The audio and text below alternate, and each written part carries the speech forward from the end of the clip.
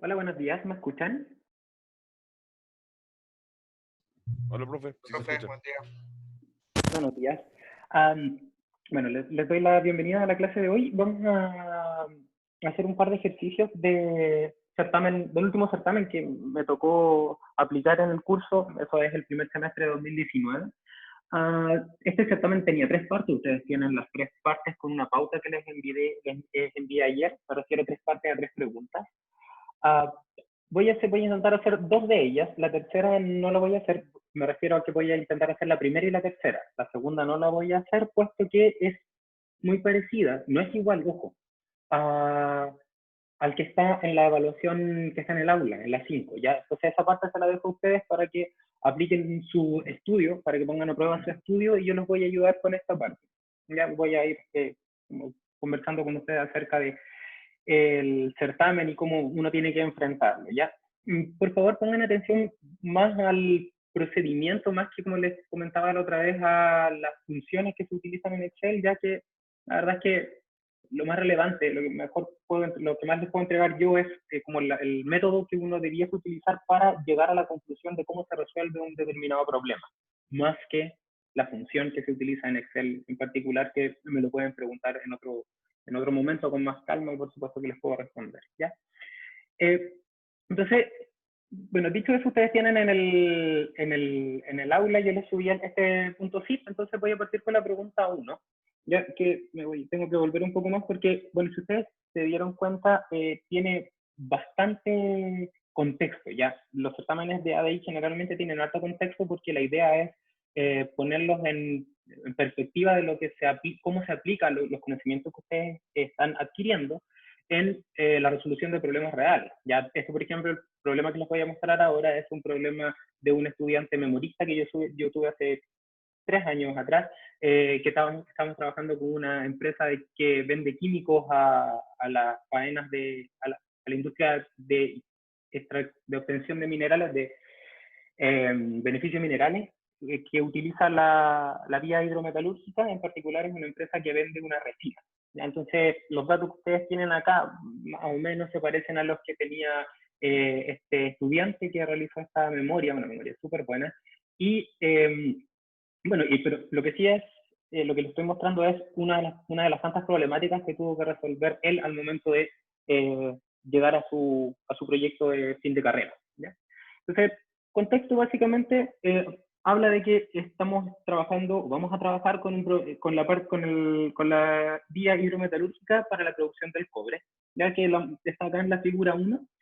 Y bueno, básicamente consiste en que tenemos un cobre que se chanca, ya, o sea, disminuye su tamaño hasta aproximadamente media pulgada, ya, vamos a poner acá media pulgada, y ese cobre luego se pone en cerros, que les llaman pilas de lixiviación, los cuales se riegan con una solución ya, que tiene ácido sulfúrico diluido durante un mes. O sea, aquí hay una pila, por ejemplo, para que se den una idea, es una pila, un cerro, y tiene un riego de H2SO4. Por supuesto, esa solución de H2SO4 es una solución que se recircula. La idea es que durante el mes esa solución se vaya enriqueciendo, extrayendo el cobre que está sacando desde la matriz sólida, que es el mineral. ¿Ya?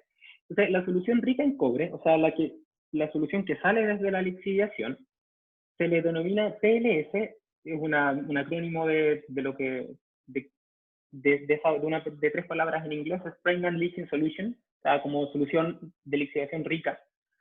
Y esta es la corriente F1, la cual se pone en contacto con una fase orgánica, que es la que ustedes ven acá, F2, ¿ya? Para separar el cobre del resto de los compuestos. ¿Ya? O sea, básicamente el PLS tiene H2SO4, tiene cobre y tiene un montón de otros compuestos.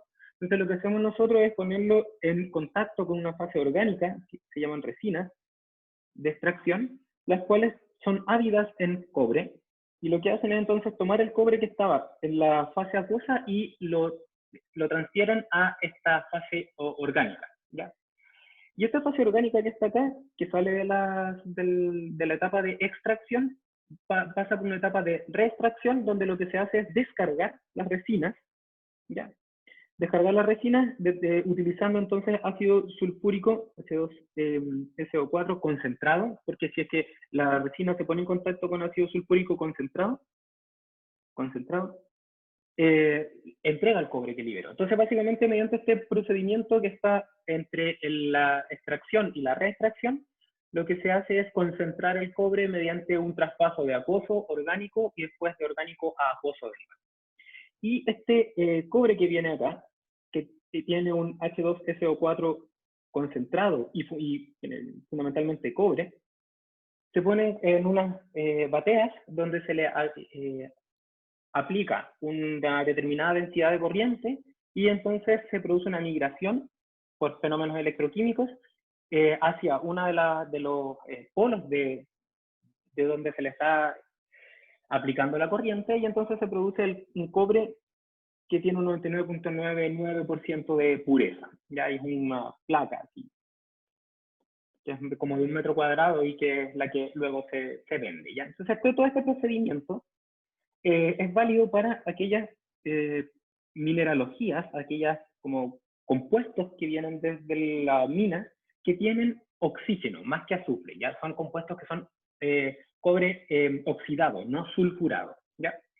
Y lo que tiene oxígeno, lo que está oxidado, es aquello que está en presencia, que está en contacto con el aire. Si ustedes, por ejemplo, voy a intentar hacer lo mejor posible esto. Si ustedes piensan que ese dibujo que está ahí corresponde, por ejemplo, a la corteza terrestre, entonces lo que está en presencia del oxígeno es solamente lo que está, eso, por la corteza.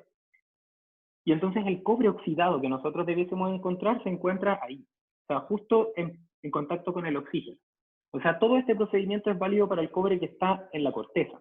Pero cuando nosotros nos metemos adentro, para sacar el cobre que está más al interior, el cobre ya no es oxidado, porque no está en contacto con el oxígeno, sino que es un cobre que se llama sulfurado. Y el cobre sulfurado tiene el problema, ¿ya?, que en la etapa de lixiviación, si ustedes, por ejemplo, voy a intentar hacer acá una piedra, que esa sería como el cobre sulfurado, cuando el H2SO4 se riega a una piedra de cobre sulfurado, se produce un efecto que se llama pasivación, ya que básicamente la pasivación consiste en que se genera una capa producto del contacto con el ácido sulfúrico que es impermeable, que se llaman, que es una capa de unos compuestos amorfos que se llaman jarositas. Entonces el ácido sulfúrico no puede penetrar ahí. Entonces el cobre sulfurado no se puede tratar por este método, pero el problema es que estas instalaciones que yo les estoy describiendo están en varias faenas. Entonces, no puede ser que, como cambiamos el tipo de materia prima, no podamos utilizar estas instalaciones porque tenemos una gran inversión hecha en equipos, en capacitación de operarios, etc. En tecnología, desarrollo de tecnología. Entonces, la idea de lo que se trabaja en este momento en la industria, en la tecnología de extracción de cobre, es intentar evitar que se forme esta jarosita o en su defecto hacerlas permeables. ¿Ya? Y una de las formas de hacerlas permeables es realizando un pretratamiento antes de la lixiviación, pretratamiento, que lo que hace es que se pone en contacto con sal, con NaCl, en la piedra y con ácido sulfúrico concentrado para entonces hacer que cuando se forme la jarosita sea impermeable. Y entonces el ácido sulfúrico puede ingresar a la piedra y puede extraer entonces el cobre. Eso es básicamente como la idea general, ¿ya? Entonces, como este proceso se aplica en especies mineralógicas oxidadas y en la actualidad las especies mineralógicas más abundantes corresponden a las sulfurados, es necesario aplicar al proceso hidrometalúrgico de especies sulfuradas un pretratamiento ya al cobre que antes de ingresar a la lixiviación, que es lo que yo les comentaba, es mezclarlo con sal, de hecho es sal como de sal gruesa, sal de camino se llama, y ácido sulfúrico al 98%, puesto que este pretratamiento implica agregar cloruro y sulfato al proceso, y al 98% antes, lo que genera que no se formen las jarositas, ¿ya? O sea que la piedra que tiene que someterse al contacto con el ácido sulfúrico, forme unas capas que son impermeables y por lo tanto por estas capas, por esos hoyitos que se generan, puede ingresar el ácido sulfúrico entonces para extraer el cobre. Esa es como la idea fundamental. Entonces, puesto que este pretratamiento implica, acá, a la lixiviación, agregar NaCl e implica también agregar mayor cantidad de sulfato, porque no solamente tenemos ácido sulfúrico en el riego y luego en la extracción, sino que también tenemos un ácido sulfúrico que tenemos que agregarle antes de la lixiviación. Entonces se desea evaluar si añadir el NaCl y el H2SO4, que son iones cuando se solubilizan en una solución acuosa, tienen efectos en el proceso. ¿Ya? El certamen, de hecho, trataba de distintos procesos y cómo se iba analizando el efecto de estos iones en cada uno de los procesos, en particular en la lixiviación, en el que tienen en la evaluación ustedes en la extracción, y luego en la viscosidad de una solución, que es súper importante para ver si es que las bombas que se utilizan sirven o no. ¿Ya? Entonces, como queremos ver si tiene efecto en los experimentos, en el proceso, hay que realizar experimentos a escala laboratorio para evaluar si es que podemos aplicar esta tecnología de pretratamiento en una planta real. Entonces, ese es como el contexto general. ¿Ya? Entonces, para esto, la idea es evaluar en este caso, pues sabemos que, primero, añadir estos iones mejoran la cantidad de cobre que puedo extraer de la piedra, del mineral. O sea, podemos decir que la cantidad de cobre que está acá, de Cu+2, por ejemplo, es un cobre que se parece en concentración a lo que obtendría con un mineral oxidado. O sea, que desde ese punto de vista está súper bien. ¿Ya? Pero tenemos el inconveniente que no tenemos claro si es que la presencia de cobre en este PLS afecta a las resinas que están en la etapa de extracción. Para que se hagan una idea, una resina se podría ser similar, podríamos decir que es como similar a la hemoglobina, en el sentido que tiene un centro que es ávido de cobre.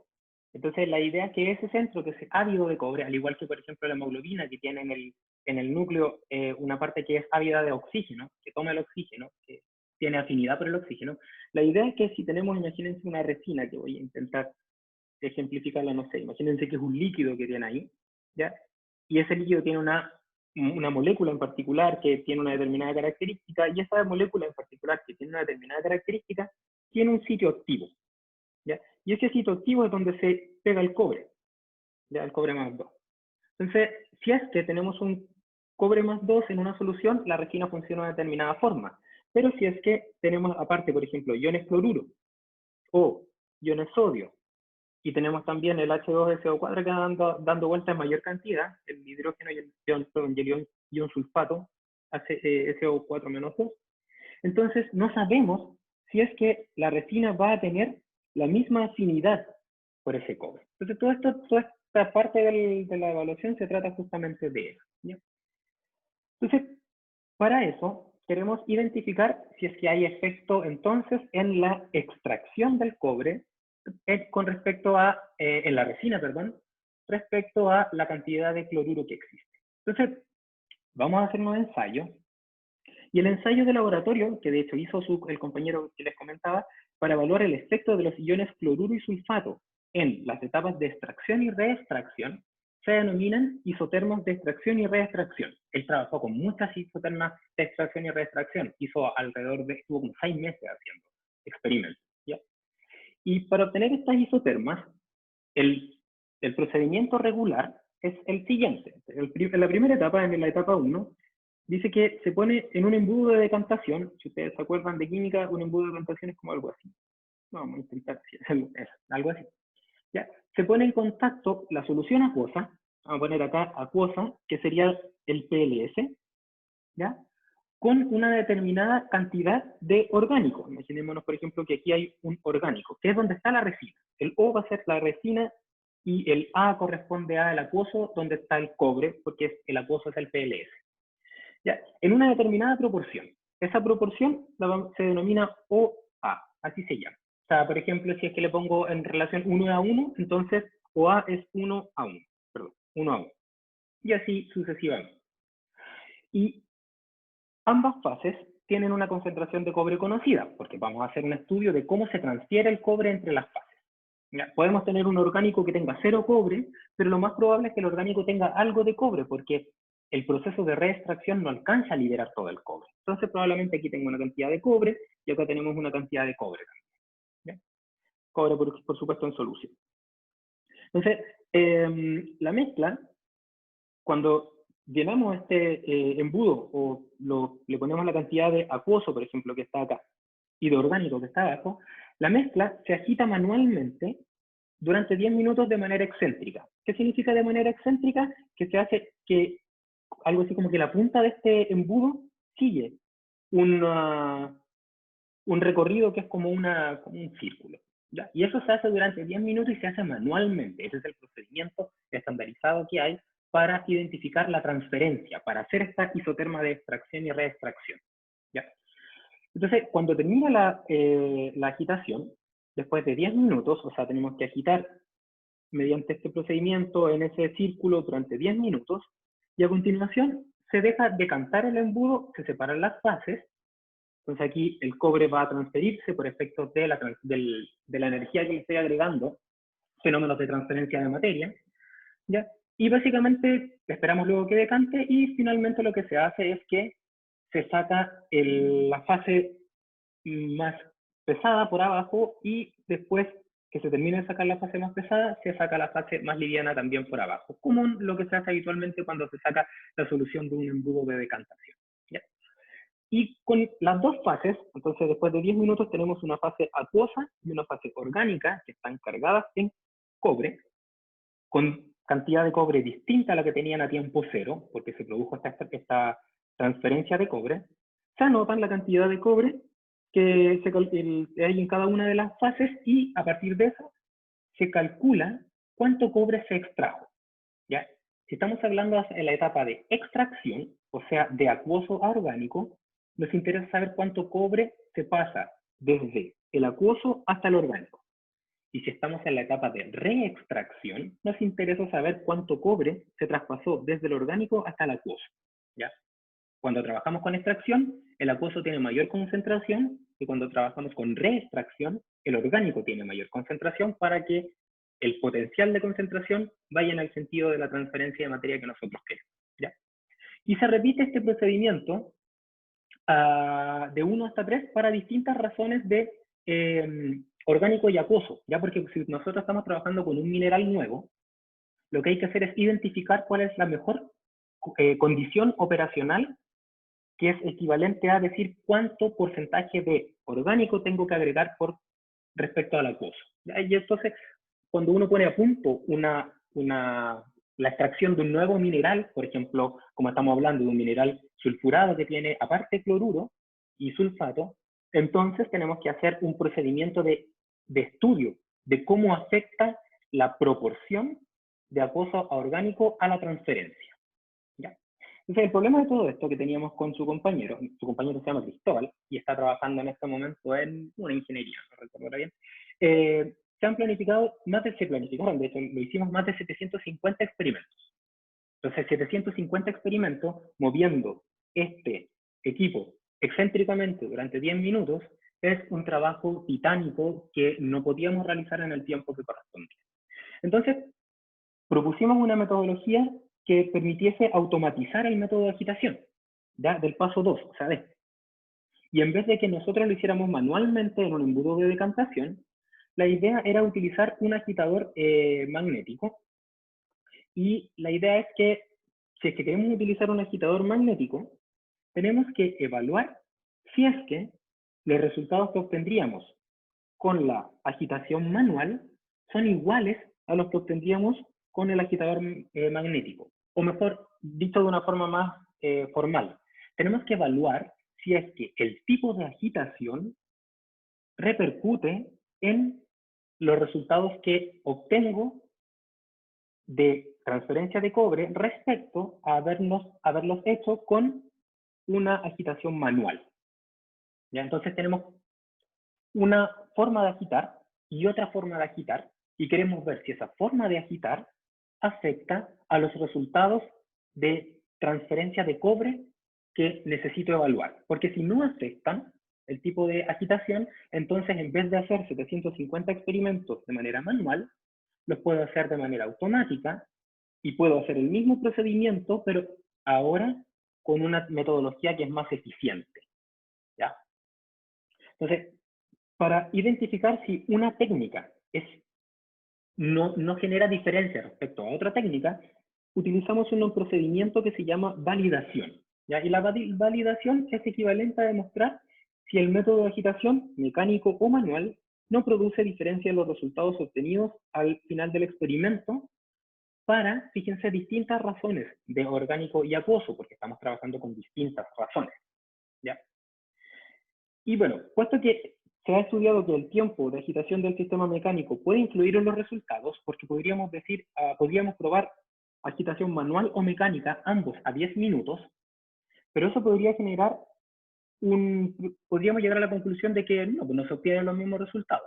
Entonces quizás lo que podríamos hacer es, aparte de probar a los 10 minutos con agitación mecánica, también probar a los 20 minutos, de tal forma de darle más tiempo de agitación a ver si obtenemos los mismos resultados que con manual, ¿ya? Entonces, para la validación se propone evaluar entonces el tiempo, cómo afecta el tiempo en los resultados de la agitación mecánica. Y bueno, y para eso se generó un procedimiento experimental para la validación, ¿ya?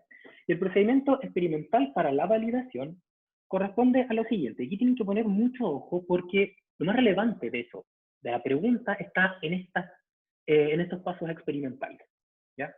Entonces, lo primero que dice, vamos a partir desde el punto A. Dice, tenemos que preparar una solución con una razón orgánico-acuoso fija, ¿ya? Y vamos a preparar 300 ml con una razón orgánica acuoso fija. Entonces vamos a decir que vamos a poner una cajita acá, ¿ya? Y esta cajita acá va a representar dónde está una solución con una proporción de orgánico acuoso que va a estar fija, ¿ya? ¿Y cuántos son 300 ml? ¿Ya? Y de estos 300 ml, paso B, vamos a separar 100 ml y los vamos a poner en un embudo de decantación. Entonces vamos a poner el embudo acá, ¿ya? Ahí está el embudo de decantación, este es el paso A, perdón, ese es el paso B, el paso A está acá arriba, y traspasarlo en un embudo de decantación de 200 ml. Ya sea, acá tenemos entonces un embudo de decantación que tiene 100 ml de solución. El paso C dice que de los 300 ml que habían acá, que ahora separé 100, separar otros 100 e ingresarla a un matraz de 200 ml. Vamos a poner un matraz ahora de 200 ml, y entonces este matraz de 200 ml lo vamos a rotular con la leyenda T igual 10.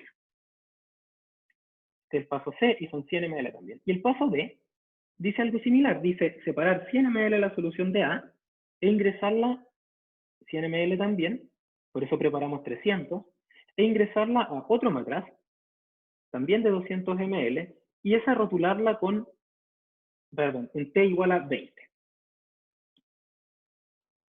Entonces tenemos, para la misma solución que preparé, una parte se fue a un embudo, otra parte se fue a un matraz y otra se fue al otro matraz. La diferencia entre ellos es el rótulo que le puse.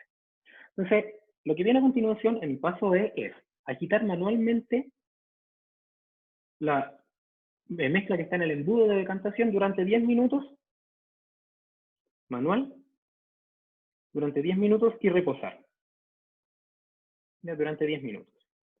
Luego, lo que aparece en el paso F dice ingresar el matraz del paso C, ya, entonces tenemos el matraz que está acá, a un agitador, entonces tenemos agitador mecánico, ¿ya? Y encender el agitador a 250 RPM, que ese es básicamente el dato que nosotros pensábamos que podíamos hacer, ¿ya? Y también hacer lo mismo con el agitador, con el matraz que separamos en D, que son 20 minutos, ¿ya? Hacer lo mismo también, agitador mecánico por 250 RPM. Fíjense que al hacer esto, estamos bloqueando la velocidad de agitación, ¿ya? Es importante porque la idea es que no queremos evaluar si es que hay repercusión de los 250 RPM sobre los resultados que vamos a obtener. Entonces, en ambos casos vamos a trabajar con la misma agitación, ambos agitador mecánico y ambos a 250 a 250 RPM. ¿Ya? A continuación dice, al cabo de 10 minutos de encendido el agitador, retirar el matraz. Entonces vamos a poner acá que si aquí teníamos el paso F, el paso G, esta acá dice que al cabo de 10 minutos, o sea, luego de 10 minutos, retirar. Y una vez que retiramos, transferir la solución a un embudo. Entonces vamos a poner acá. Y entonces separar. ¿Ya? Separar la fase y medir concentraciones. Y finalmente el paso, y luego de esto el paso H, perdón, dice que hay que hacer lo mismo, pero 20 minutos después. Retirar y va a ser el mismo procedimiento. ¿Ya? Entonces, y luego que hacemos esto, el paso I dice que hay que repetir los pasos desde el A hasta el H, o sea, todo lo que acabo de contarles acá, pero ahora para distintas razones de OA, o sea, para ir cambiando la solución inicial. Los 300 ml se probaron con relaciones 2S1, 2S3, 1S3, 1S4 y 1S5. Esas son todas las distintas. Entonces, si se fijan, todo el procedimiento desde el A hasta el H parte de una solución que tiene una concentración de una proporción de orgánico acuoso que es fija, y a partir de eso se separa en 3 envases distintos, y esos envases distintos se someten a distintos tratamientos. Los tratamientos, porque tratamientos vamos a llamar ahora a la variable controlada, los tratamientos serían el tipo de agitación, que sería manual o agitación mecánica, y aparte dentro de la mecánica habían dos. Uno que es una agitación mecánica a tiempo t igual 10 y otro a tiempo t igual 20. Y en todos los casos, para cada uno de estos muestras que se sometieron a distintos tratamientos, fíjense que siempre se partió de una solución madre que se separó. Entonces esto es súper relevante. El procedimiento experimental que les estoy contando es súper relevante porque es la clave para identificar lo que queremos, cómo vamos a hacer el análisis.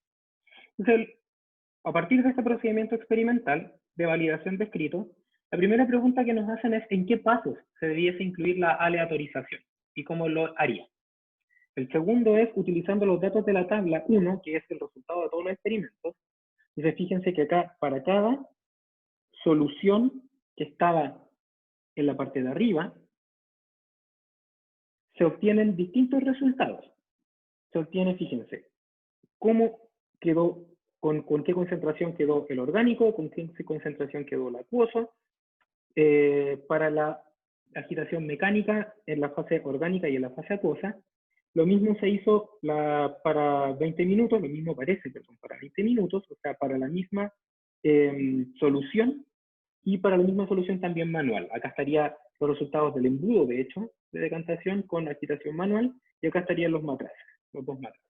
Entonces, cada uno de estos datos que yo les estoy mostrando se obtuvieron para la misma solución, que tiene la misma cantidad de cobre, que tiene la misma proporción orgánico-acuoso.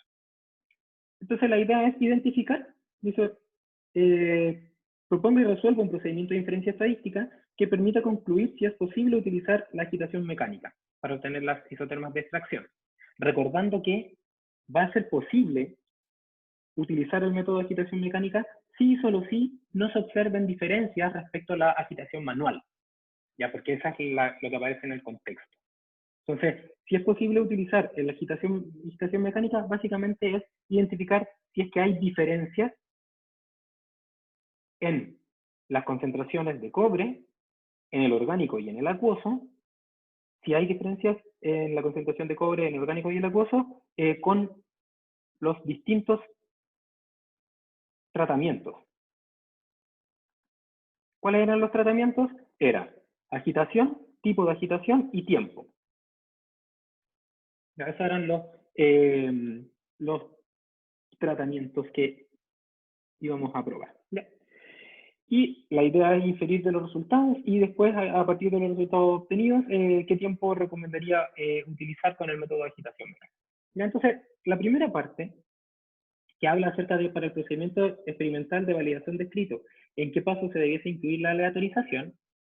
Entonces, fíjense dos cosas. Primero, dice en qué paso, en qué pasos y cómo lo haría. ¿Ya?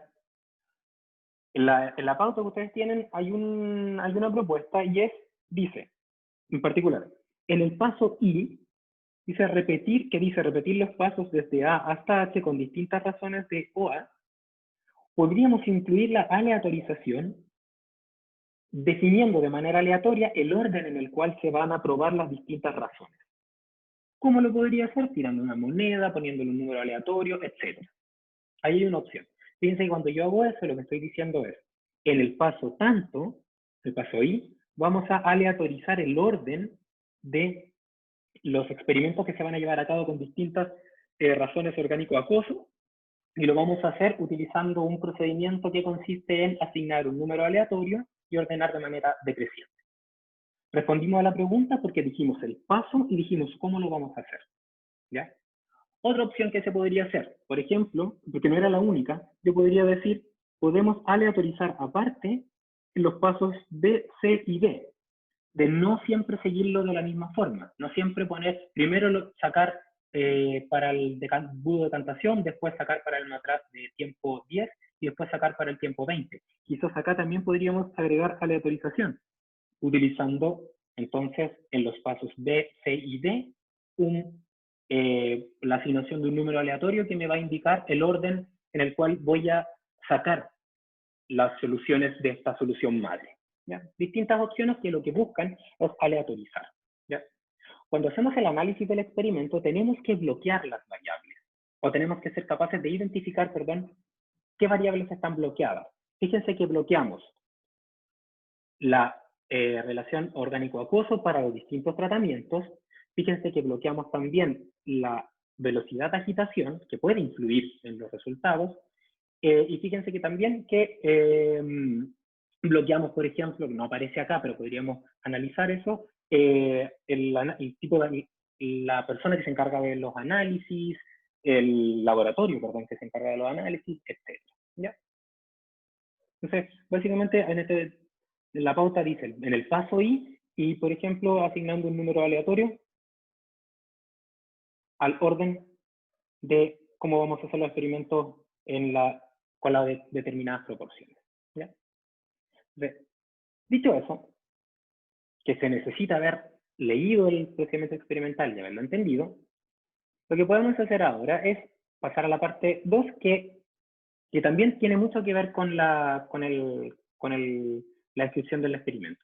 Dice, utilizando los datos de la tabla y el procedimiento experimental de validación, proponer y resolver el procedimiento de inferencia que permite concluir si es posible utilizar el método de agitación mecánico para realizar las isotermas de extracción y reextracción. Entonces, la idea es considerar las fuentes de variabilidad que podrían afectar a su respuesta. Entonces, a partir de eso, lo primero que tenemos que identificar cuando planteamos resolver este problema es que lo que queremos evaluar es qué cosa. ¿Cuál es la variable dependiente? ¿Ya? ¿Cuáles o son las variables dependientes que me van a sobre la cual vamos a identificar si es que hay diferencia en su valor? ¿Ya? Entonces, si nosotros lo que queremos hacer es identificar si es que hay diferencias en la cantidad de cobre que queda en las distintas fases, entonces la variable X sería la concentración de cobre en la fase orgánica y en la fase acuosa. ¿Ya? Entonces, esto sería la variable dependiente, porque queremos evaluar si es que hay algún efecto sobre la concentración de cobre. Y en este caso tenemos que, respecto a las dos fases. ¿Ya? Luego tendríamos que preguntarnos, ¿cuáles son las variables controladas? ¿Cuáles son las variables que les vamos a llamar tratamientos? ¿Ya? En la evaluación que está en el aula, la idea es responder estas mismas preguntas con el otro ejercicio. ¿Ya? Entonces, estoy intentando hacer lo mismo para que entiendan cómo se hace. Las variables controladas o tratamientos son aquellas que voy a modificar en distintos sets de experimentos para evaluar si tienen efecto sobre esta variable dependiente. Entonces, en este caso, los tratamientos que aparecen son el tipo de agitación, porque queremos evaluar cómo afecta a la concentración de cobre en la fase acuosa y en la orgánica el tipo de agitación, el cual puede ser manual o puede ser mecánico. Y acá hay dos opciones. Podemos definir dos tratamientos más solamente para lo que es mecánico, o sea, 10 y 20 minutos, o lo que podemos hacer es, entonces, definir tres tratamientos. Agitación manual, el otro sería el mecánico con 10 minutos y el otro sería el mecánico con 20 minutos. ¿Ya? Entonces, básicamente tenemos tratamientos que son variables controladas y que es el tipo de agitación, vamos a decir manual, mecánico 10 y mecánico 20. ¿Ya? Y ya tenemos un análisis que todas las otras variables se supone que están controladas y propusimos una metodología de aleatorización. Entonces tendríamos que hacer un análisis, perdón, de cómo afectan los tipos de agitación a las variables X. Entonces la variable X, que es la variable dependiente, la vamos a llamar A o la vamos a llamar XO, dependiendo si es que estoy trabajando en la fase acuosa y la fase orgánica. ¿Ya? Y vamos a tener, para la fase acuosa y la fase orgánica, distintos tratamientos. Entonces, el resultado de la composición de cobre en la fase orgánica y en la fase acuosa va a ser XA y XO en el tratamiento T, que está ahí arriba, sub T. ¿Ya? Donde el tratamiento T va a poder ser manual, va a poder ser mecánico, voy a ponerlo mejor, manual, mecánico, mecánico 10 y mecánico 20. Entonces tenemos composición de cobre en el acuoso, en el orgánico para el tratamiento manual, mecánico 10 y mecánico 20. ¿Ya?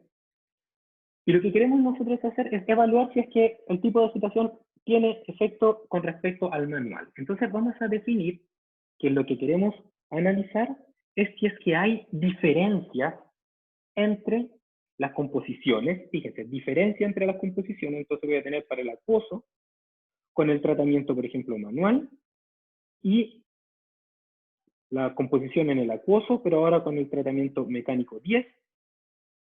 Si es que hay diferencia o no, si es que esto es igual a 0 o es distinto de 0. ¿Ya? Y lo mismo habría que hacer también con el orgánico, porque también nos interesa saber eso. Entonces, orgánico, mecánico en 10. Queremos saber si es que es distinta de 0 o si es igual a 0. ¿Ya? Y lo mismo habría que hacer, por supuesto, con el 20. También volver a hacer lo mismo. ¿Ya? Entonces, básicamente, el análisis que tenemos que hacer cae dentro de la comparación de dos tratamientos. Y la comparación de dos tratamientos, hay dos formas de hacerla. Uno que se llama análisis no pareado y el otro que se llama análisis pareado. ¿Ya? ¿Cuál es la diferencia entre ellos? Si es que lo vemos desde un punto de vista de test de hipótesis, ¿ya? Si nosotros definimos que nuestro estadístico, bueno, primero, la hipótesis nula siempre es igual a, y la hipótesis alternativa en este caso sería distinto a, porque queremos evaluar si es que tiene efecto o no sobre la respuesta. No nos interesa saber si es más grande o más pequeño, solo si tiene efecto. Entonces,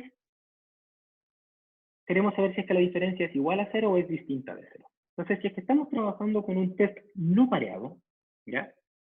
Nosotros acá tenemos que poner un estadístico que es el delta mu, ¿ya? Y acá sería el delta mu, ¿ya? Donde el delta mu estaría para un acuoso, por ejemplo, para la combinación de dos tratamientos, por ejemplo, manual y mecánico de 10. Porque tenemos que comparar entre manual y mecánico 10 y vamos a comparar entre manual y mecánico 20, porque nos interesa comparar si es que existe diferencia respecto al manual. ¿Ya? Entonces eso mismo luego habría que repetirlo, pero luego con el mecánico 20 y hacer lo mismo con el acuoso también. O sea, están todas las combinaciones posibles, son varias combinaciones que tendríamos que hacer. ¿Ya? Y para eso entonces lo que yo haría sería, si es que el análisis fuese no pareado, lo que tendríamos que hacer es obtener el estimador de esa diferencia, que sería el delta X, ya sea para el acuoso o para el orgánico, para la combinación de los dos tratamientos, mecánico 10 o mecánico 20, ¿ya? Y básicamente hacer todo el procedimiento, el cual, si ustedes recuerdan, el delta XS que está ahí era básicamente el X promedio, en este caso el X promedio obtenido con N datos para el A, para el acuoso o para el orgánico, manual, menos el X con N datos promedio, ya sea para el acuoso o para el orgánico, con el mecánico 10 o el mecánico 20. ¿Ya? Esas serían básicamente las dos opciones. ¿Ya? Y entonces, lo que tendríamos que hacer si siguiéramos este procedimiento no pareado, sería tomar las distintas medias hacia abajo y entonces hacer las restas de todas las medias. O sea, aquí sería media, media, medias, medias y medias. Y hacer luego las diferentes restas con respecto al manual. Ya sea, mecánico 10 menos, manual menos mecánico 10, manual menos mecánico 20, en las distintas fases. Una opción. Y la otra opción, si es que no es un análisis, si es que no es un test o análisis no pareado, sino que ahora es un análisis pareado, entonces en vez de hacer este estadístico que sería la diferencia de las medias, tendríamos que definir una media de las diferencias para las distintas fases, ya sea acuosa u orgánica, media de las diferencias acuosa u orgánica, para las distintas combinaciones de tratamiento, para las distintas restas de tratamiento, manual con respecto al mecánico 10 y con respecto al mecánico 20. ¿Ya? Y eso tendríamos que hablar si es igual a 0 o es distinto de 0. Entonces, ¿cuál de los dos caminos es el que se tiene que seguir? Si es que estamos trabajando con un test no pareado, al restar las medias, lo que estamos haciendo, en resumen, es restar todas todos los datos entre ellos. Ya, por ejemplo, si yo me fijo solamente en la comparación entre el mecánico, vamos a ponerlo con un amarillo, y el manual, en este caso con los 10 minutos, entonces lo que yo tendría que hacer sería, y para la fase, vamos a poner específico para una fase, para la fase orgánica, entonces lo que yo haría en el caso de un tratamiento no pareado, sería hacer la resta entre el promedio que está en amarillo respecto al promedio que también está en amarillo. Voy a borrar los otros. ¿Ya? Y hacer esa resta, hacer esa diferencia, comparar estas dos cosas, es equivalente a tomar este valor que está a 0,13 y restárselo al del orgánico.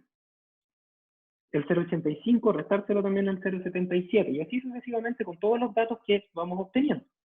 ¿Ya? Pero también, como es la resta de las diferencias, el promedio de las diferencias, es en este caso la media y le sacamos la diferencia, ¿sí? También lo que podríamos hacer, o sea, al estar restando estas dos magnitudes, es restar el 0,13 que se obtuvo con una composición, con una relación orgánico-acuoso 2:1, menos, por ejemplo, el 3,14, que se obtuvo con una relación 1:4. ¿Ya? Porque voy a hacer una resta de los dos promedios. Entonces, al hacer una resta de los dos promedios, todas las posibles combinaciones son válidas. ¿Ya? Y eso sería un análisis no pareado. Entonces, la pregunta es, ¿tiene sentido hacer esa resta entre lo que obtuve con un orgánico a 10 minutos, agitación mecánica, con una relación 2:1, respecto a lo que obtuve con una agitación manual, en el orgánico también, pero ahora con una relación 1:4? Entonces, básicamente eso es equivalente, si me devuelvo a mi tipo de experimento, a, en vez de estar comparando entre ellos, comparar también para otras relaciones orgánico y acuoso. Y eso no tiene sentido, porque las distintas relaciones acuoso-orgánico tienen distinta cantidad de cobre. Por lo tanto, comparar aquello que se obtuvo con la relación 2:1 con lo que se obtuvo con la relación 1:4 no tiene sentido. ¿Ya? Porque básicamente estaríamos como haciendo comparación de dos cosas que sabemos de antemano que son distintas. ¿Ya? Porque la materia prima es distinta, o sea, no se bloqueó la materia prima. ¿Qué competiría entonces mejor hacer? Tomando en cuenta que cada fila de esta tabla Ustedes ven acá, ya fila es lo que está en horizontal, para que no se les olvide. Cada fila en esta tabla mantiene fija la materia prima, entonces lo que habría que hacer es tomar lo que obtuve con una determinada materia prima y compararlo con lo que obtuve con el otro tratamiento para la misma materia prima. Hacer lo mismo con la siguiente y compararlo con la siguiente, y así sucesivamente. Ese análisis es un análisis pareado, porque lo que yo hago es identificar pares de datos en los cuales se bloqueó, en este caso, la variable materia prima, y entonces la diferencia que existe entre los resultados, entre los dos tratamientos, es solo debido a los tratamientos, no debido a que cambió la materia prima. ¿Ok? Esto es lo más relevante, de hecho, del análisis, porque el resto son cálculos.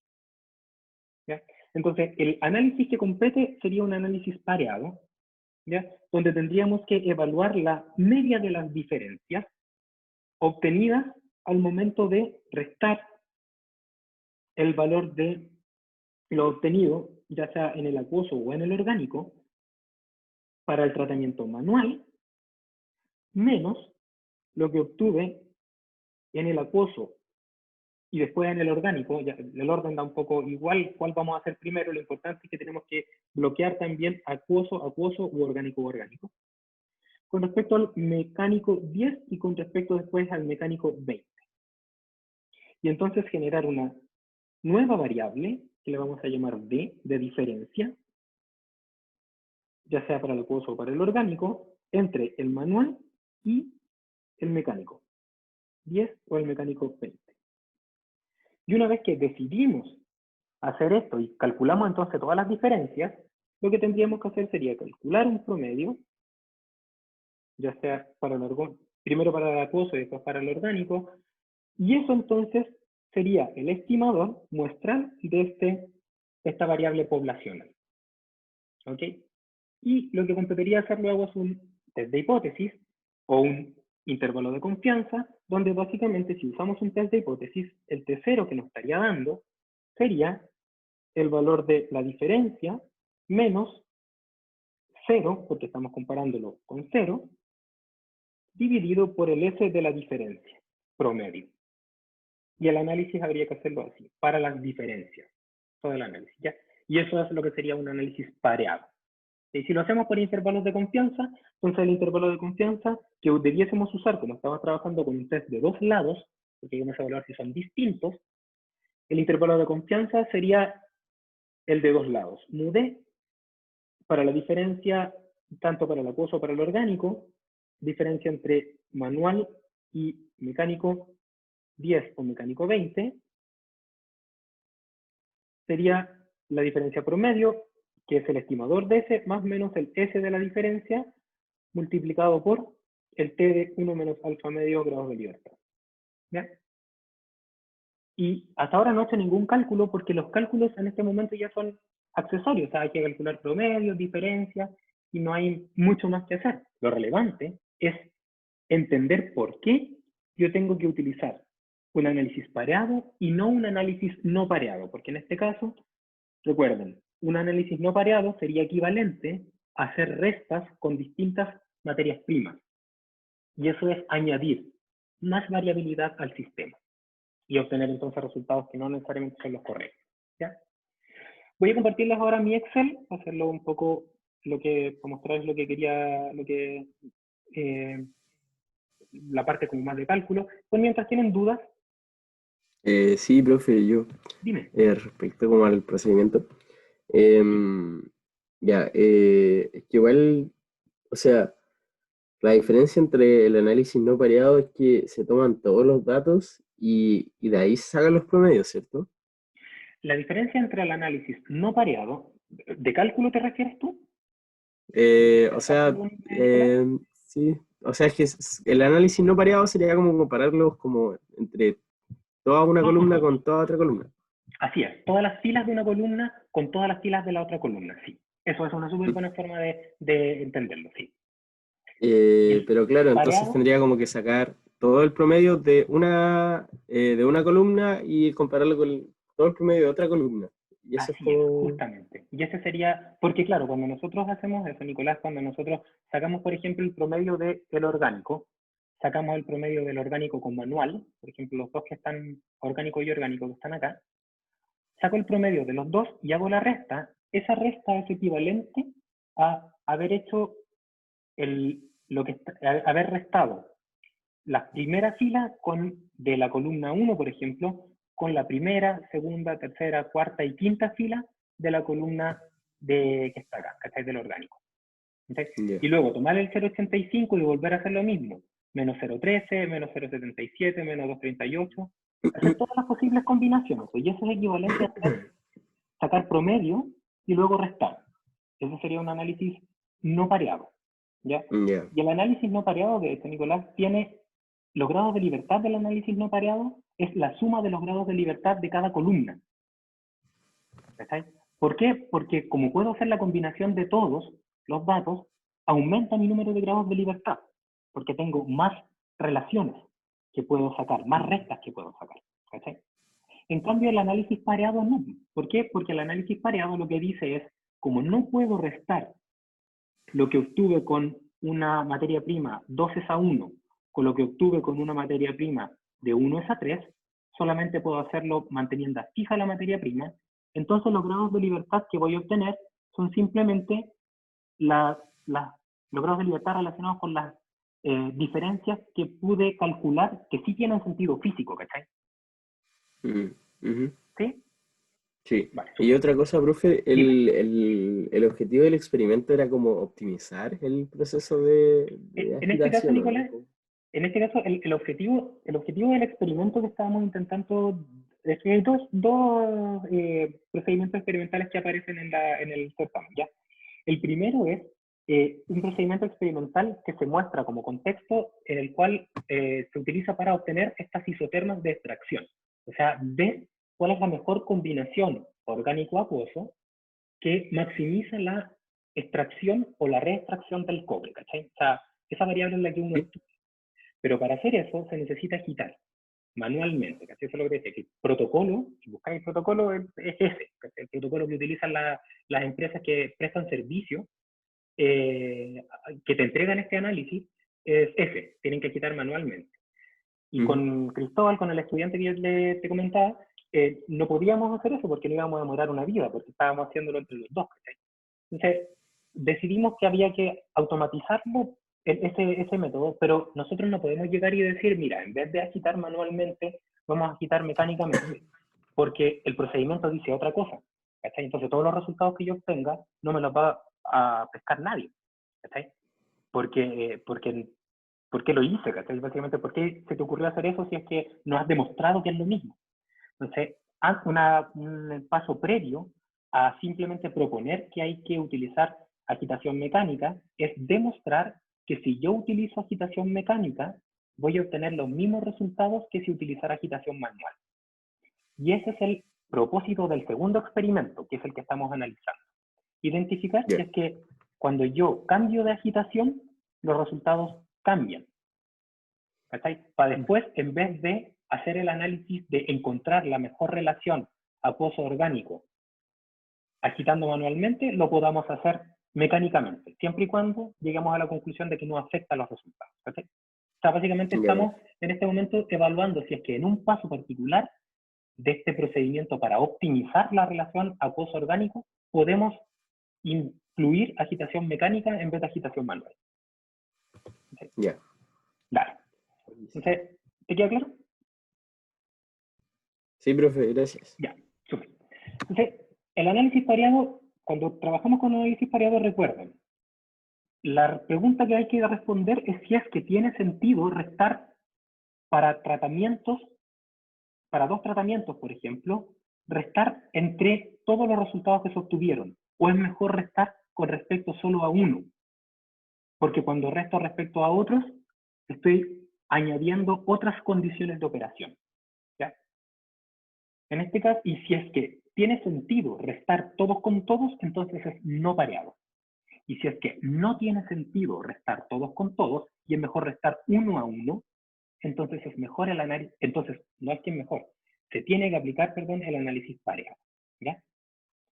Entonces, en este caso, el análisis pareado, tenemos que definir una nueva variable que es la variable diferencia, y la diferencia entonces sería, por ejemplo, para el orgánico y para el acuoso, y la diferencia va a ser ahora entre los dos tratamientos. Entonces voy a poner que la diferencia va a ser, por ejemplo, manual menos mecánico 10, y voy a poner lo mismo acá. O sea, voy a hacer el análisis para tratamiento manual respecto a mecánico 10, y luego voy a poner manual respecto, perdón, manual menos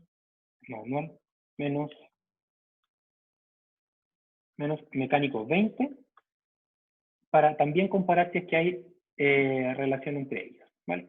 Entonces, ese es mi objetivo. Y lo voy a hacer Profe, para la fase orgánica. ¿Sí te escucho? una consulta. ¿Se puede comparar la fase manual de 10 minutos y la mecánica de 20 minutos, Sí, aun cuando hay también. diferencia de tiempo entre ellas? Sí, de hecho, sí, Nicolás, en ese caso el tratamiento es el tiempo de agitación, porque mantuviste fijo el tipo de agitación, y entonces en ese caso lo que estás haciendo es comparar distintos tiempos.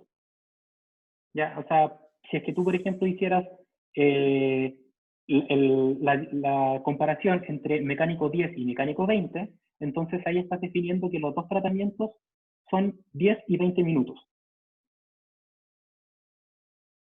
Sí, no, pero apuntaba más bien a comparar el Ujú. manual de 10 minutos con el mecánico de 20 minutos. Sí, sí, porque básicamente acá lo único que estamos haciendo es que estamos definiendo distintas metodologías de agitación, manteniendo todo el resto de las cosas constantes.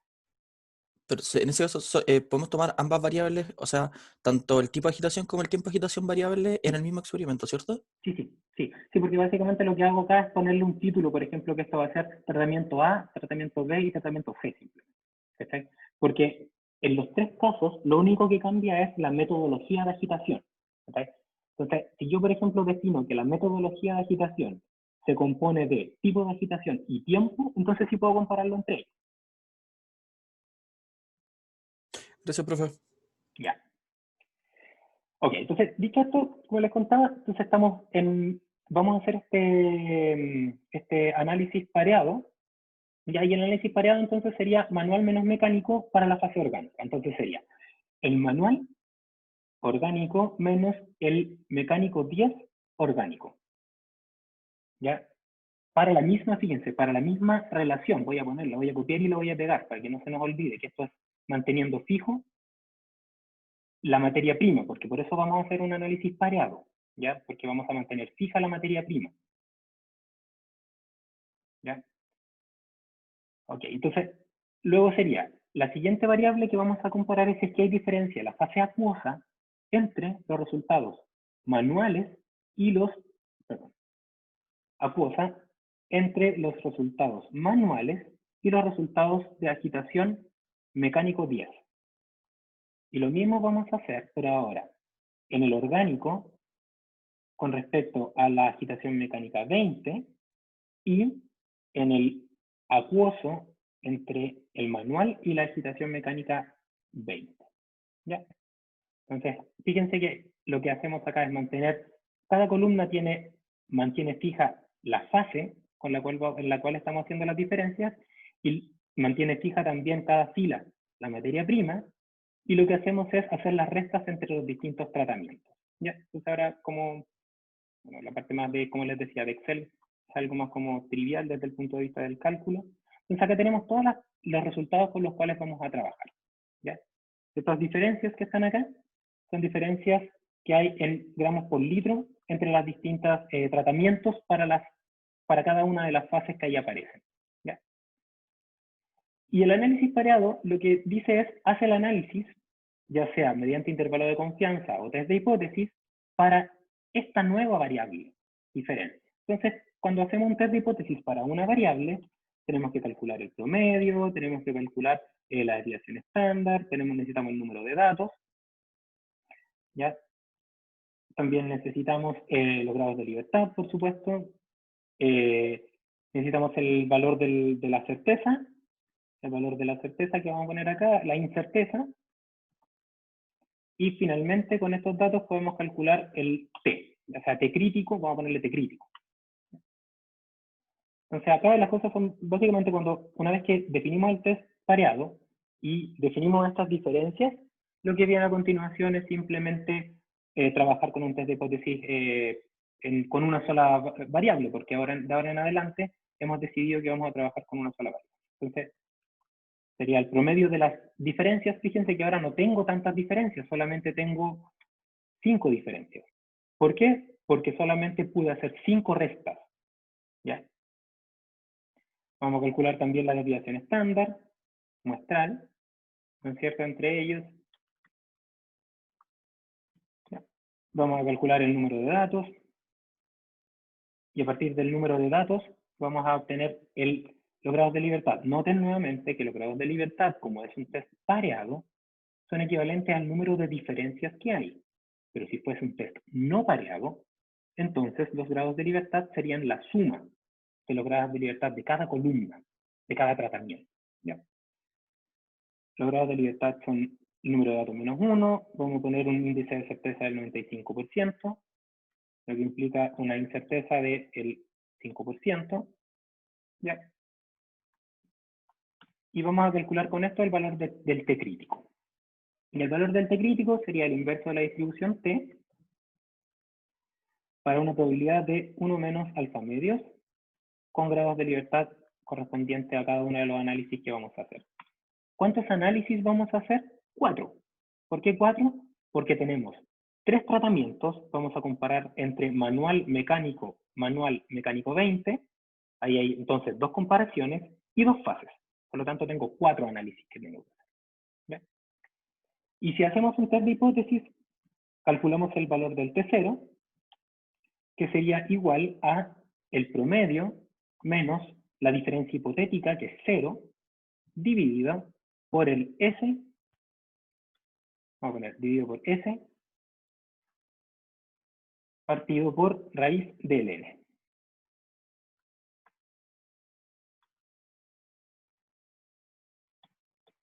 ¿Ya? Entonces ahí tenemos el valor del T0. ¿Ya?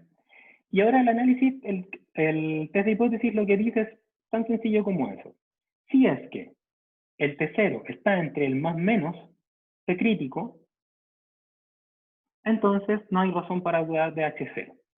O sea, si el T0 está entre más o menos 2.78, entonces no podemos dudar de H0. Entonces, ¿qué observamos? Que el T0 de la primera combinación está dentro de los valores de no rechazo de H0, lo mismo que el del acuoso, lo mismo que el del orgánico con 20 minutos, lo mismo que el acuoso con respecto al mecánico de 20 minutos. O sea, todos ellos no permiten rechazar H0. ¿Qué implica eso entonces? Que no hay evidencia que nos permita sospechar de que hay una diferencia entre los resultados para cada uno de los tratamientos en cada una de las fases. ¿Ya? Por lo tanto, si yo tuviese que recomendar, lo que diría es que efectivamente el cambio de estrategia no afecta o no hay evidencia que indique que se afectan a los resultados obtenidos. ¿Ya? Y si lo hacemos por un intervalo de confianza, sería un intervalo de confianza de 2 lados, porque es un test de hipótesis de 2 lados. Entonces, el límite inferior del intervalo de confianza sería el promedio menos el T crítico por S partido por raíz de N. Está ahí. Y el up, fíjense que este intervalo de confianza es el intervalo de confianza de la media de las diferencias, porque es un intervalo de confianza pareado, que tendríamos que poner un más. Y lo tiramos para el lado. Y fíjense que, si es que lo vemos desde el punto de vista del intervalo de confianza, todos los intervalos de confianza incluyen al 0, de 2 lados. Todos los intervalos de confianza de 2 lados incluyen al 0. ¿Qué implica eso? Que al igual que en el caso del test de hipótesis, llegamos a la conclusión de que no hay razones para dudar sobre que la media de las diferencias es 0. Por lo tanto, no hay evidencia que indique que cambiar la agitación afecta a los resultados de las resinas. ¿Ya? Profe, Dígame, Pamela, cuéntame. ¿puedes explicar lo último? O sea, que lo del TC y el T0 hasta ahí lo entendí, pero lo último no Perfecto. se me cortó. Pamela, lo que hice fue, en vez de hacerlo con el test de hipótesis, lo resolví de nuevo el ejercicio, pero ahora con intervalos de confianza, ¿ya? El intervalo de confianza que yo te estoy mostrando, te voy a mostrar un momento en mi pantalla, en mi pizarra. Dame un momento, por favor. Déjame compartirlo. Ya. La parte del test de hipótesis, ¿te queda clara? Sí, es así. Súper. Entonces, cuando nosotros hacemos un análisis de test de hipótesis, y el test de hipótesis es del tipo H0, en este caso la media de las diferencias es igual a 0, y H1, la media de las diferencias es distinta de 0, entonces, básicamente, la idea es, ¿se rechaza o no se rechaza H0 comparando el T0 en el intervalo más o menos T crítico? ¿No es cierto? Eso es lo que hice al principio, más o menos T crítico. ¿Ya? Si pertenece, entonces no podemos rechazar H0, y si es que no pertenece, entonces rechazamos H0 y por lo tanto H1 es verdadero. Y si ahora queremos hacer esto mismo desde el punto de vista del intervalo de confianza, ¿ya? Fíjate que si H0 no se puede rechazar, entonces quiere decir que en la media de las diferencias podría ser 0. Que el 0 está dentro de los posibles valores más probables de la media de las diferencias. Entonces, ¿cómo soy capaz de calcular dónde están los valores más probables de la media de las diferencias? Con un intervalo de confianza. ¿Y cuál sería el intervalo de confianza de la media de las diferencias? Como me interesa saber el valor más probable, no el valor más alto o el valor más bajo, sino que me interesa saber dónde está el rango, cuál es el rango de los valores más probables donde que se pueda encontrar la media de las diferencias, entonces voy a ocupar un intervalo de confianza de dos lados, el cual sería el estimador muestral de la media de las diferencias, o sea, la diferencia promedio, más menos, y acá sería el T, sería el T crítico. ¿Por qué sería el T crítico? Porque como es un intervalo de confianza de dos lados, es 1 menos alfa medios, grados de libertad, multiplicado por el S de la diferencia partido por raíz de n. ¿Sí?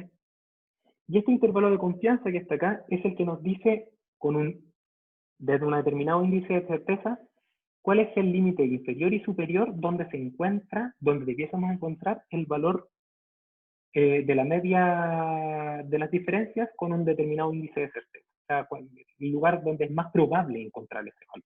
¿Ya? Y entonces, si este valor voy a poner uno de los resultados que obtuve, es el menos 0,02. Al reemplazar, obtuve esto, mira, 0,02 y 0,01. ¿Ya? Ese fue uno de los resultados que obtuve. Entonces, ¿qué quiere decir eso? Que la media de la diferencia podría estar entre menos 0,02 hasta 0,01. Y todos los posibles valores que hay dentro de ese intervalo son o pueden ser la media. No sé cuál es, pero pueden ser, todos tienen la misma posibilidad de ser la media. Incluso el 0 que está ahí adentro. Entonces, como el 0 puede ser la media de las diferencias, entonces no hay razón para dudar. Para dudar de que sea 0, porque está dentro de las posibilidades, que es equivalente a no hay razón para dudar de H0, lo que es equivalente a decir que mi B puede ser 0. ¿Okay? Solamente que es visto desde otro punto de vista, ¿ya? En vez de verlo desde un test de hipótesis, transformando todo a variable t, lo que hago es verlo desde un punto de vista de intervalo de confianza, donde soy capaz de identificar dónde se encuentra la media de las diferencias, su límite inferior y superior, y como entre estos dos valores puede estar la media de las diferencias, y entre medio está el 0, entonces ese 0 puede ser también la media de las diferencias, por lo tanto no tengo cómo asegurar de que no sean iguales. ¿Ya?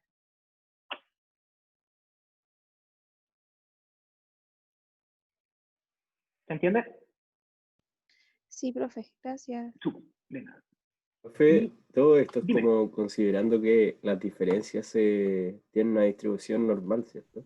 Sí, sí. Ya, Recuerda que en este curso se muere. ya, ok. Sí, Profe, sí. todo el Dígame. desarrollo que usted hizo es basándose, o sea, a ver, ¿cómo lo explico? Todas las conclusiones que usted hizo es basándose en un beta por ciento de certeza, ¿verdad? Sí, sí, sí, sí. Sí. Todas las conclusiones siempre se tienen que poner al final con un determinado índice de confianza.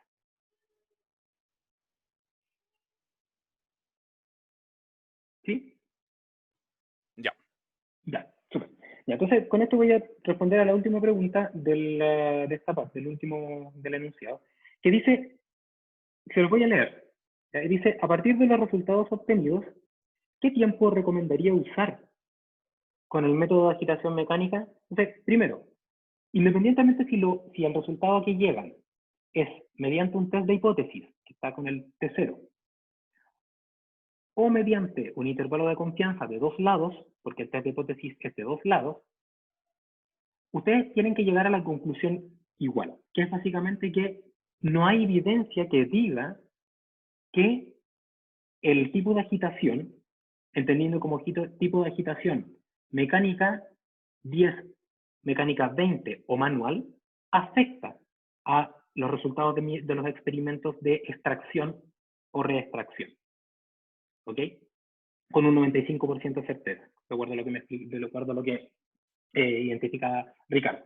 Entonces, básicamente, coloquialmente, si quieren, esto significa que en vez de estar agitando manualmente, mejor podemos agitar mecánicamente, porque no hay diferencia, no se observa una diferencia con los datos obtenidos, con un 95% de certeza. Entonces la pregunta última dice, ok, ya que llegaste a la conclusión de que agitar manual o agitar mecánico es lo mismo, ¿con cuál de las dos agitaciones mecánicas me quedo? ¿Con la de 10 o con la de 20 minutos? ¿Ya? Y aquí no hay ningún otro cálculo más que hacer, simplemente analizar los resultados. ¿Ya? Entonces, ¿qué dicen los resultados? Dice que independientemente si yo utilizo 10 minutos de agitación mecánica o 20 minutos de agitación mecánica, no puedo dudar de que los resultados no sean iguales a la agitación manual.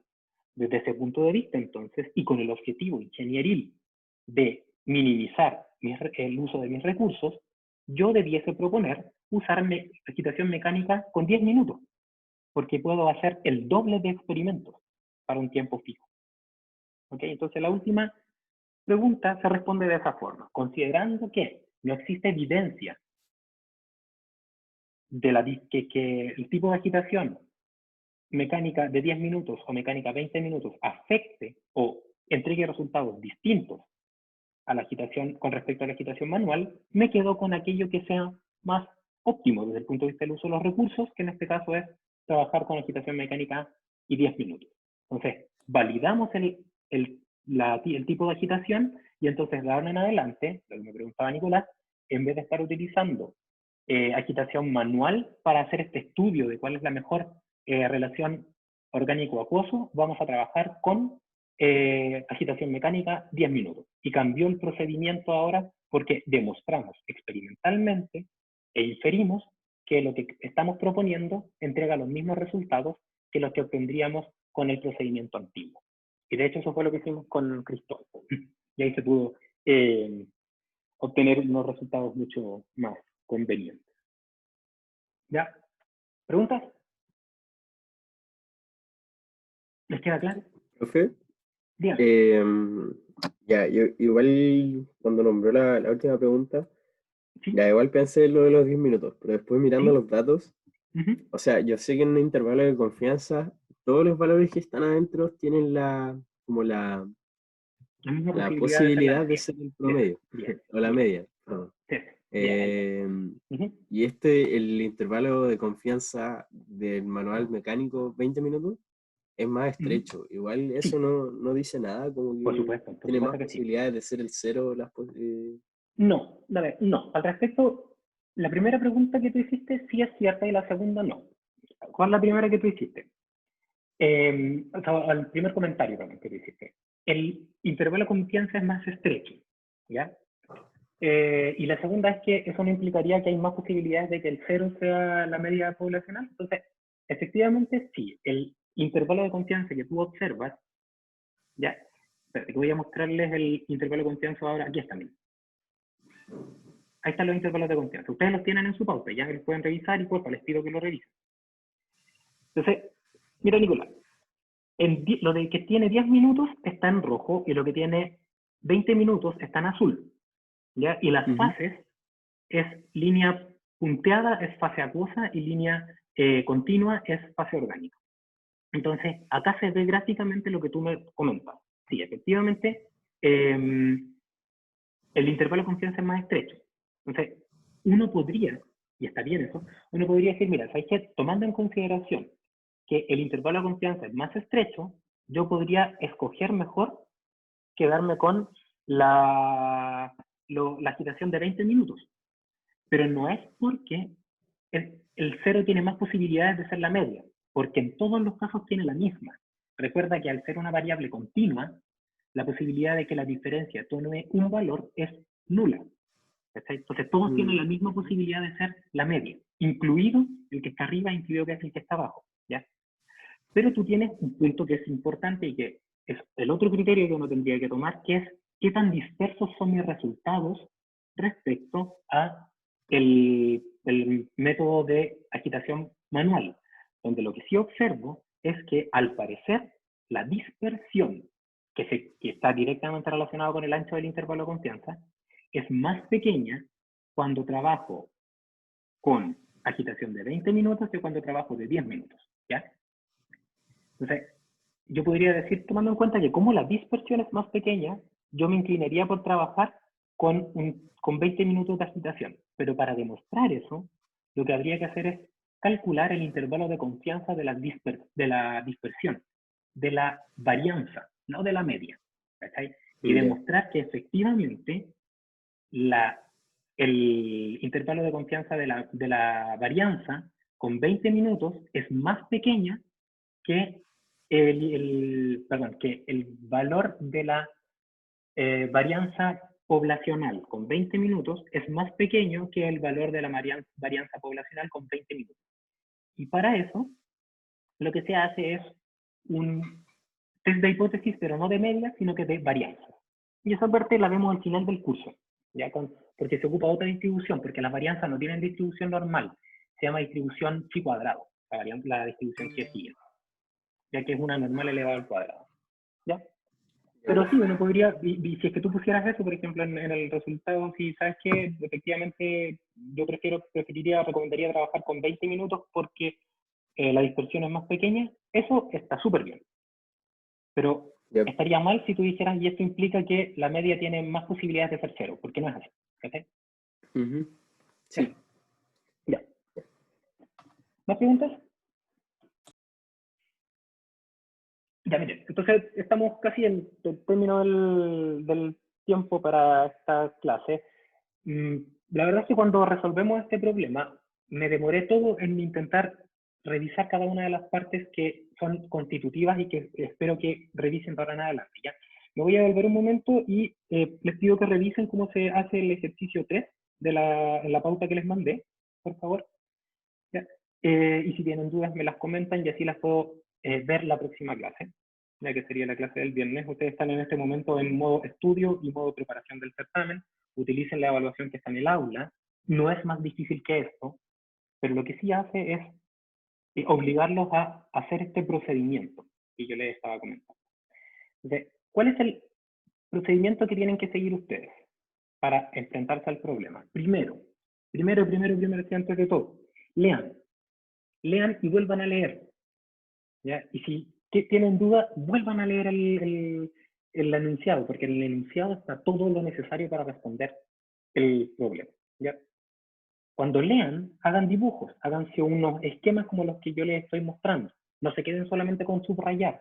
Dibujen para ser capaces de entender lo que se les está describiendo, porque no es algo que es fácil, porque ustedes no se han puesto frente a un mesón experimental a hacer estos experimentos.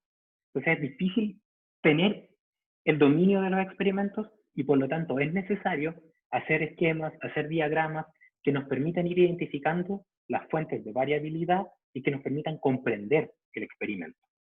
Si no entendemos el experimento, el análisis no necesariamente va a estar bueno, ¿ya?